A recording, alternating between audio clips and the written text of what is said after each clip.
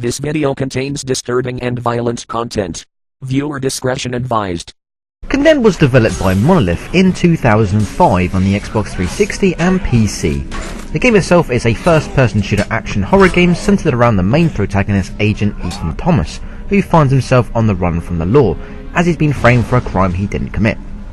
As the player, you have to navigate the city's underworld of scum and find out the truth and discover some truly disturbing environments while fighting off hordes of insane citizens and crazed denizens. So here's the top 5 reasons why I enjoyed Condemned Criminal Origins.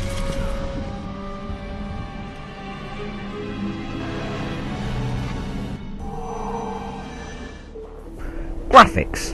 When Condemned was first launched as part of the Xbox 360's package, it looked fantastic.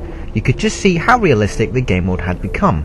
Bump map textures looked great, the character models looked lifelike, the lighting engine was superb, the overall setting was creepy. Arguably the sequel improved on the graphics, but overall the way the characters looked in the original game, it made them feel more realistic and believable. The sequel made them look a little bit too cartoony, considering every character's appearance in the second game was altered. It didn't feel like a sequel. However, that's a different story. Getting back to the original game, every local in the game has been finely detailed, even to the debris littering the floor, to the sun streaking through certain windows. This game is highly atmospheric. The clever use of the flashlight lighting the dark areas of the game plays tricks on your mind, and you start believing something is there when really there isn't anything at all. Music and sound. Condemned's music sets the mood perfectly, with CSR style music for its menu screens to its eerie, droning ambience inside certain buildings.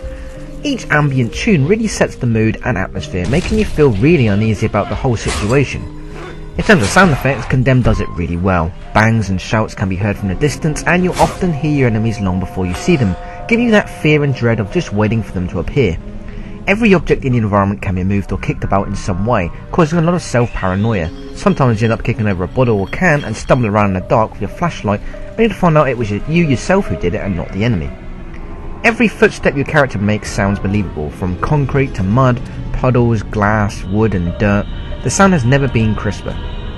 As for the sound of the combat, it's excellent. We'll talk more about that later.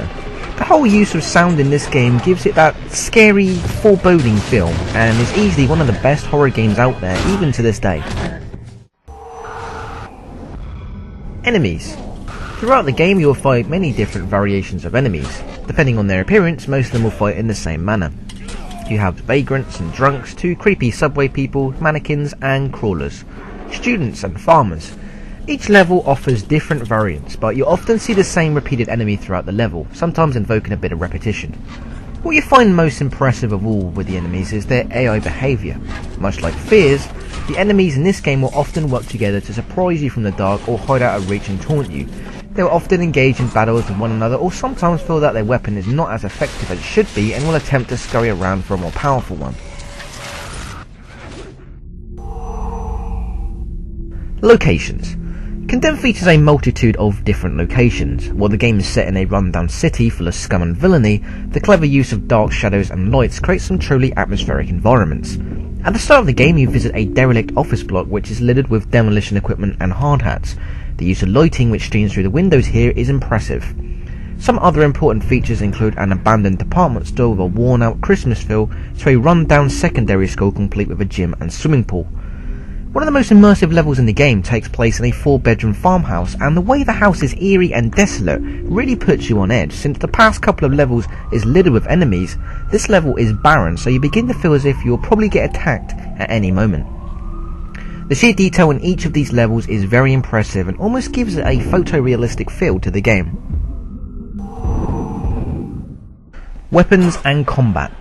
Well, it's pretty basic for its time. It was simply block, hit, etc. It's the sheer ferociousness of each blow you do to your enemy. It's almost like a palate cleanser. Every weapon feels and sounds like it's doing damage to your enemy. Teeth get knocked out, blood sprays everywhere, debris and particle effects are shown.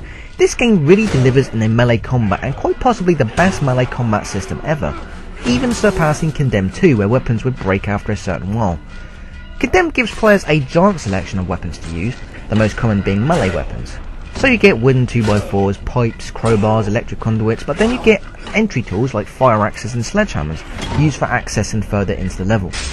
Guns can also be found throughout most levels, but you can only carry whatever ammo the gun currently holds, Realistically, you won't find ammo lying about the floor, so it's the choices that make this game more admirable.